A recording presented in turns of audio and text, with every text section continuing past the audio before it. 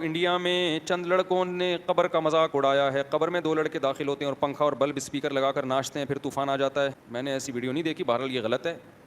قبر تو ایک آخرت کی یاد دلانے کے لیے ہے. اگر جب آپ جنازہ لے کے چلتے ہیں تو علماء نے لکھا ہے کہ اس وقت دنیاوی باتیں کرنا بھی مکروہ عمل ہے. جب جنازے کو چارپائی لے کے جا رہے ہو نا, تو اس وقت اپنے کاروبار کی باتیں کرنا یہ شریعت میں برا ہے. عبرت کا ایک موقع ہے, اس میں بھی آپ پلاٹوں کی, مکانوں کی اور ان چیزوں کی بات کرو گے تو پھر عبرت کب حاصل ہوگی؟ یہ دل کے سخت ہونے کی علامت ہے.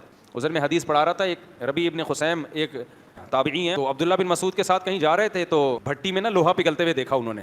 تو عبداللہ بن مسعود پہ بھی اللہ کا خوف طاری ہو گیا جہنم کی آگ کا. بھٹی دیکھو بالکل لگتا ہے کہ آخرت کی آگ کیسی ہوگی. حضرت عبداللہ بن مسعود نے قرآن کی آیت تلاوت کی, اذا رأتهم من مکان بعید سمعوا لها تغیظا وزفیرا, کہ جب یہ جہنم کو دور سے دیکھیں گے نا, اس کا شور سنیں گے, چیخ و پکار سنیں گے جہنم کی. تو بھٹی کی بھی ایسی ایک شور ہوتا ہے. تو عبداللہ بن مسعود نے اللہ کے خوف میں یہ آیت پڑھی, اور ان کے جو شاگرد تھے نا تابعی, وہ بے ہوش ہو کے گر گئے خوف سے. کہتے ہیں صبح بے ہوش ہوئے, شام کو ہوش آیا ان. تو ہمارے اسلاف میں ایسا خوف تھا.